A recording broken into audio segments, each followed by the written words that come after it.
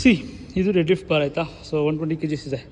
So first ನೀವೇನು ಮಾಡ್ತೀರಾ ಅಂದರೆ, ಫಸ್ಟ್ ಆ್ಯಂಡ್ ಫಾರ್ಮಸ್ಟು ನೀವು ಈ ಪ್ಲ್ಯಾಟ್ಫಾರ್ಮಲ್ಲಿ ಈ ವೇಟ್ಸು ಸರಿಯಾಗಿದೆ ನೋಡ್ಕೊಳ್ಳಿ.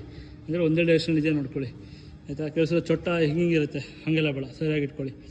ಆಮೇಲೆ ನಿಮ್ಮ ಬಾರ್ಬೆಲ್ ಏನಾದರೂ ಈ ಥರ ಇದ್ದರೆ, ಸೊ ನೀವು ಫಸ್ಟು ಕನ್ವೆನ್ಷನಲ್ ಹೇಳ್ಕೊಡ್ತೀನಿ ಆಯಿತಾ. ಕನ್ವೆನ್ಷನಲ್ ಇದ್ದರೆ ಇದು ಸ್ಟ್ಯಾಂಡರ್ಡ್ ಬಾರ್ ಆಯಿತಾ. ಸೊ ಹಾಗಾಗಿ ನನ್ನ ಶೋಲ್ಡ್ರ್ ಬಿಡ್ತು ಇದನ್ನು ಕರೆಕ್ಟಾಗಿ ಹಿಂಗೆ ಇಟ್ಕೋಬೋದು. ಸೊ ಈ ನರ್ಲಿಂಗ್ ನೋಡ್ಬೋದು, ಈ ನರ್ಲಿಂಗ್ ಪಕ್ಕ ಒಂದು ಲೆಗ್ಗು, ಈ ನರ್ಲಿಂಗ್ ಪಕ್ಕ ಒಂದು ಲೆಗ್ಗು. ಸೊ ಮುಗೀತು. ಸ್ಟ್ಯಾನ್ಸ್ ಇಷ್ಟೇ, ನೀವೇನು ವೀಗಿ ಏನು ಇಟ್ಕೊಬೇಡಿ, ಜಸ್ಟ್ ನಾರ್ಮಲ್ ಹಿಂಗೆ ಇಟ್ಕೊಳ್ಳಿ ಆಯಿತಾ. ಸೊ ಇದು ನಿಮ್ಮದು ಲೆಗ್ ಸ್ಟ್ಯಾನ್ಸು. ಸೊ ನೀವು ಇನ್ನೊಂದು ಅಬ್ಸರ್ವ್ ಮಾಡಿ, ನಂದು ಈ ಶಿನ್ ಬೋನ್ ಇದೆಯಲ್ಲ, ಎರಡೂ ಶಿನ್ ಬೋನು ಆದಷ್ಟು ಬಾರಿಗೆ ತಾಗಿರುತ್ತೆ ಅಥವಾ ಹತ್ತಿರ ಇರುತ್ತೆ, ಎಷ್ಟಾಗುತ್ತೋ ಅಷ್ಟು ಹತ್ತಿರ ಇರುತ್ತೆ. ಯಾಕೆ ಅಂದರೆ ಇದು ಫ್ರಿಕ್ಷನ್ ಕ್ರಿಯೇಟ್ ಮಾಡಬೇಕು. ನೀವು ಬಾರ್ಬೆಲ್ ಇಳಿಬೇಕಾರೆ ಈ ಬಾರ್ಬೆಲ್ ಇದೆಯಲ್ಲ, ಈ ಶಿನ್ ಬೋನಿಗೆ ತಾಕೊಂಡು ಬರಬೇಕು, ತಾಕೊಂಡು ನಿಧಾನಕ್ಕೆ ಬಂದು ಲಾಕ್ ಆಗಬೇಕು. ಇದು ಇನ್ ಕೇಸ್ ನೀವು ಮುಂದೆ ಇಟ್ಕೊಂಡು ಇಳಿತಿದ್ದೀರ ಅಂದರೆ ಟು ಸರ್ಟನ್ ಎಕ್ಸ್ಟೆಂಟ್ಸ್ ವೇಟ್ಸ್ ಬರಲ್ಲ ಅಂತಲ್ಲ.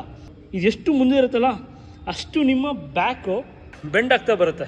ಜಾಸ್ತಿ ಏನೋ ಮುಂದೆ ಬಿಟ್ಕೊಂಡ್ರೆ ಇಂಜುರೀಸ್, ಪೇಯ್ನ್ ಆಗೋ ಚಾನ್ಸಸ್ ಜಾಸ್ತಿನೇ ಇರುತ್ತೆ. 100% ನಿಮಗೆ ಪೇಯ್ನ್ ಬರುತ್ತೆ. ಸೊ ಅದಕ್ಕೆ ವೇಟ್ಸ್ ಯಾವಾಗಲೂ ಹತ್ತಿರ ಇರಬೇಕು, ತಾಗಲಿ. ಇವರ ಶಿನ್ ಬೋನ್ ಇದೆಯಲ್ಲ, ಈ ಶಿನ್ ಬೋನ್ ನಿಮಗೆ ಸ್ಕ್ರ್ಯಾಚ್ ಆದರೂ ಪರವಾಗಿಲ್ಲ. ಈಗ ನಾನು ತೋರಿಸಿದ್ರೆ ಒಂದಿರಲ್ಲಿ ಆಲ್ರೆಡಿ ಸ್ಕ್ರ್ಯಾಚ್ ಆಗಿದೆ.